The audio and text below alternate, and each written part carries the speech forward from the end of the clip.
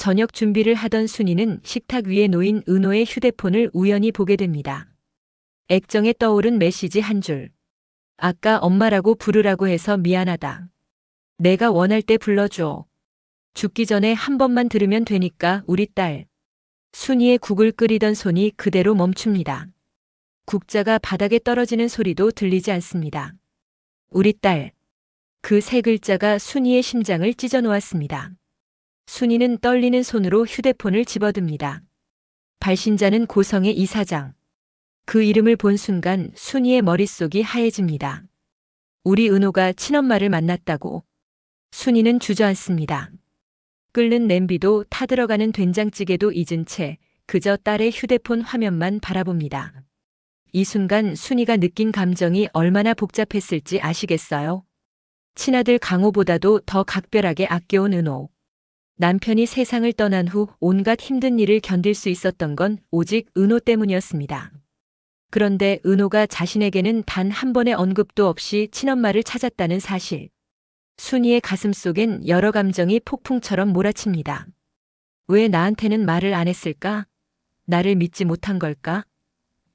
서운함이 가슴을 칩니다. 내가 부족한 엄마여서 은호가 친엄마를 찾아간 걸까? 죄책감이 목을 조릅니다. 내가 고생만 시켜서 결국 은호가 나를 떠나려는 걸까? 두려움이 온몸을 얼어붙게 합니다. 순이는 어둠 속으로 걸어나가 골목 끝에 주저앉아 소리 없이 웁니다. 은호야. 엄마가 너무 부족했니? 내가 고생만 해서 그래서 친엄마를 찾아간 거니? 순이의 눈물이 멈추지 않습니다. 하지만 한참을 울고 난 후 순이는 눈물을 닦고 일어섭니다. 아니야, 은호 선택을 존중해줘야 해. 은호가 원하는 게 친엄마라면 내가 붙잡으면 안 돼. 하지만 순이의 눈빛엔 깊은 상처가 남아 있습니다. 그날 이후 은호네 집에는 미묘한 변화가 찾아옵니다. 평소 은호가 늦게 들어오면 밥상을 차려놓고 기다리던 순이가 이제는 먼저 자버립니다. 엄마, 저 왔어요. 은호가 부르지만 순이는 방문을 닫은 채 대답하지 않습니다. 다음 날 아침 식탁 앞에 마주 앉은 두 모녀. 엄마, 어제 제가 늦게 들어와서 죄송해요. 일이 많아서. 응, 괜찮아, 많이 먹어. 순이는 짧게 대답하고는 은호의 눈을 보지 않습니다. 여러분, 느껴지시나요? 이 미묘한 거리감. 평소 은호의 일이라면 뭐든 물어보고 챙기던 순이가 이제는 아무것도 묻지 않습니다. 은호가 어디 갔는지, 누구를 만났는지, 힘든 일은 없는지. 그 어떤 것도. 은호는 엄마가 왜 갑자기 이러는지 알 수 없어 당황스럽기만 합니다. 엄마, 혹시 제가 뭘 잘못했어요? 아니, 넌 잘못한 거 없어. 순이는 여전히 차갑습니다. 순이의 마음을 이해하시겠어요? 순이는 서운하고 상처받았습니다. 친딸보다 더 아꼈던 은호가 평생 자신에게 뭐든 다 이야기하던 은호가 가장 중요한 일을 숨겼다는 사실에 나는 은호한테 뭐였을까? 진짜 엄마가 아니니까. 결국 이렇게 되는 건가? 하지만 동시에 순이는 자책합니다. 내가 은호를 너무 힘들게 했나?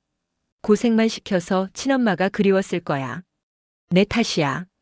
순이는 이 복잡한 감정들을 은호 앞에서 드러낼 수가 없습니다. 그래서 거리를 둡니다.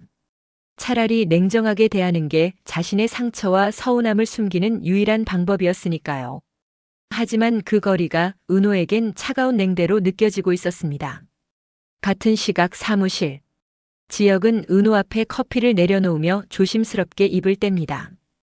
은호야, 하나만 물어봐도 돼? 네, 선배. 혹시 친어머니가 너한테 간이식 검사 받아달라고 했어? 은호의 눈이 흔들립니다. 지혁은 그 눈빛만으로 모든 걸 알아챕니다. 역시 그렇구나. 지혁이 한숨을 쉽니다. 이 순간 지혁의 표정을 보세요. 화가 난 게 아닙니다. 걱정입니다. 은호를 향한 진심 어린 걱정이죠. 은호야, 생각해봐. 우연히 클라이언트로 만났는데 그 사람이 내 친엄마야.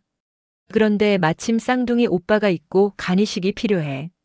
이게 너무 퍼즐이 딱딱 맞아떨어지지 않냐? 은호는 대꾸하지 못합니다. 지혁이 계속합니다. 나는 간 이식이 마음에 걸려. 내가 착한 건 알아. 친엄마고 친오빠라니까 도와주고 싶은 마음도 이해해. 근데 혹시 그 사람이 처음부터 내 간이 목적이었던 건 아닐까? 미안, 내가 너무 냉정하게 말하는 거 알아. 근데 난 내가 상처받는 걸 못 봐. 지역의 목소리에 떨림이 묻어납니다. 이게 바로 지역이 은우를 대하는 방식입니다. 감정을 숨기려 해도 결국 그의 진심은 목소리로 새어나오죠. 은호는 그날 밤 내내 지역의 말을 곱씹습니다. 선배 말이 맞는 걸까? 고성의 이사장님이 정말 처음부터 내 간이 목적이었던 걸까? 순이가 운영하는 고깃집. 퇴근 후 카운터를 정리하던 은호에게 순이가 갑자기 버럭 소리를 지릅니다. 누가 너더러 내일 도와달래? 피곤하면 집에 가서 쉬어. 은호가 깜짝 놀라 엄마를 바라봅니다. 엄마, 저 괜찮은데요. 왜 그러세요? 괜찮긴 뭐가 괜찮아. 내가 너 일만 시켜먹는 엄마처럼 보여. 순이의 목소리가 떨립니다. 이 장면의 진짜 의미를 아시겠어요? 순이는 화가 난 게 아닙니다. 상처받고 두려운 겁니다. 내가 은호한테 고생만 시켜서 그래서 은호가 친엄마를 찾아간 거라면 내 탓이잖아. 다 내가 부족해서. 순이의 마음속엔 이런 죄책감과 자책이 폭풍처럼 몰아치고 있었습니다. 그리고 동시에 은호가 나한테 말도 안 하고 왜 나를 진짜 엄마로 안 본 걸까? 이 서운함이 화로 터져 나온 겁니다. 은호는 엄마의 갑작스러운 변화에 더욱 혼란스러워집니다. 엄마가 왜 이러시지? 내가 뭘 잘못한 거지? 그날 밤 은호의 휴대폰에 문자가 도착합니다. 청와대학병원 간 이식 적합 검사 1차 결과 통보. 지은호님 검사 결과 공여자로서 적합합니다. 은호의 얼굴이 창백하게 질립니다. 손이 떨립니다. 휴대폰을 떨어뜨릴 뻔합니다. 결국 지역 선배 말이 맞았던 거야? 은호는 고성희의 얼굴을 떠올립니다. 따뜻하게 자신을 대해주던 모습, 우리 딸이라고 불러주던 그 순간들. 그리고 쌍둥이 오빠 우진의 이야기. 그게 다 내 간이 필요해서였던 걸까? 은호의 눈에서 눈물이 흘러내립니다. 평생 친엄마를 그리워하던 사람이 드디어 엄마를 만났다고 생각했는데 알고 보니 그게 다 자신의 장기가 필요해서였다면 얼마나 배신감이 클까요? 하지만 동시에 은호는 또 다른 생각에 시달립니다. 그래도 친오빠가 아픈데 내가 도와줘야 하는 거 아닐까? 쌍둥이라면 내가 안 도와주면 누가 도와주지? 착한 은호는 배신당했다는 생각과 가족을 도와야 한다는 의무감 사이에서 괴로워합니다. 며칠 후 어느 저녁, 순이는 은호에게 화를 낸 것이 마음에 걸려 은호방 앞에 서성입니다. 미안하다고 말해야 하나? 아니야, 내가 또 매달리면 은호만 부담스러울 거야. 은호는 이미 친엄마를 선택했는데. 그때 은호가 잠시 화장실에 갑니다. 순이는 방문을 살짝 열고 들어가 은호의 책상 위를 바라봅니다. 그리고 한 통의 봉투를 발견합니다. 청와대학병원 순이의 손이 떨립니다. 봉투를 여는 순이. 안에는 간 이식 동의서 양식이 들어있습니다. 이게 뭐야? 순이의 입술이 파르르 떨립니다. 그 순간 은호의 휴대폰이 책상 위에서 불빛을 냅니다. 순이는 떨리는 손으로 휴대폰을 집어듭니다. 메시지 함을 열자 그 잔혹한 문자가 눈에 들어옵니다. 검사 결과 공여자로서 적합합니다. 그리고 그 위에는 며칠 전 봤던 고성희의 메시지. 죽기 전에 한 번만 들으면 되니까 우리 딸. 순이는 그 자리에 주저앉습니다. 울음도 나오지 않습니다. 온몸이 얼어붙습니다. 이 순간 순이가 느꼈을 감정을 상상해 보세요. 간이라고?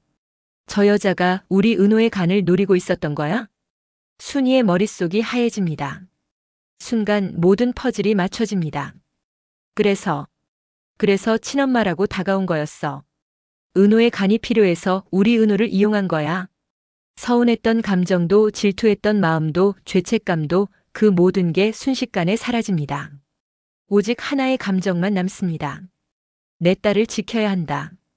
순이는 은호가 자고 있는 침대로 다가가 딸의 얼굴을 쓰다듬습니다. 눈물이 주르륵 흘러내립니다. 은호야, 우리 딸 미안해. 엄마가 서운해하고 삐져 있을 때 넌 이런 고민을 혼자 하고 있었구나. 순이는 떨리는 목소리로 속삭입니다. 너를 낳은 사람은 널 버렸지만 나는 널 버릴 수 없어. 너는 내 생명이야. 내가 지켜줄게. 다음 날 아침, 순이의 눈빛이 달라졌습니다. 평생 순하고 착하게만 살았던 그 순이가 아닙니다. 딸을 지키기 위한 전사로 변한 겁니다. 순이는 과거 남편이 사업을 할 때 알고 지내던 지인에게 전화를 겁니다. 지금은 사업에 성공해서 잘 사는 그 지인. 언니 나야. 부탁 하나만 들어줄 수 있을까? 순이는 그 지인을 통해 재벌가 사모님들의 동향에 정통한 흥신소를 소개받습니다. 순이가 왜 이런 선택을 했을까요? 순이는 알았습니다. 고성애 같은 재벌가 사모님을 상대하려면 그에 맞는 무기가 필요하다는 걸. 며칠 후 순이는 흥신소로부터 결정적인 정보를 받습니다. 고성희의 쌍둥이 아들 한우진의 간 이식 문제. 그리고 이것이 재벌가 후계 구도에 미칠 영향. 이거면 충분해. 순이의 눈빛에 결기가 서립니다. 순이는 고성희에게 문자를 보냅니다. 만나서 할 얘기가 있습니다.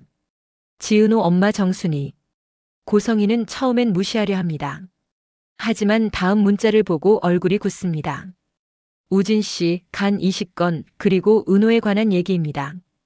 고성희는 순이가 정한 장소로 나옵니다. 아무도 없는 강변공원 벤치에 마주 앉은 두 여자. 순이가 먼저 입을 뗍니다. 고성애 씨, 당신이 우리 은호의 친엄마라는 거 이제 압니다. 고성희의 눈빛이 차갑게 변합니다. 그래서요?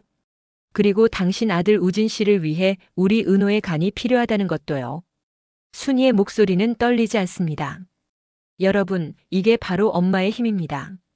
딸을 지키기 위해서라면 무엇이든 할 수 있는 그 강인함이죠. 순이는 계속합니다. 나한텐 증거가 있어요. 당신이 은호에게 보낸 문자들, 가한 이식 검사 결과, 그리고 순이가 봉투 하나를 꺼냅니다.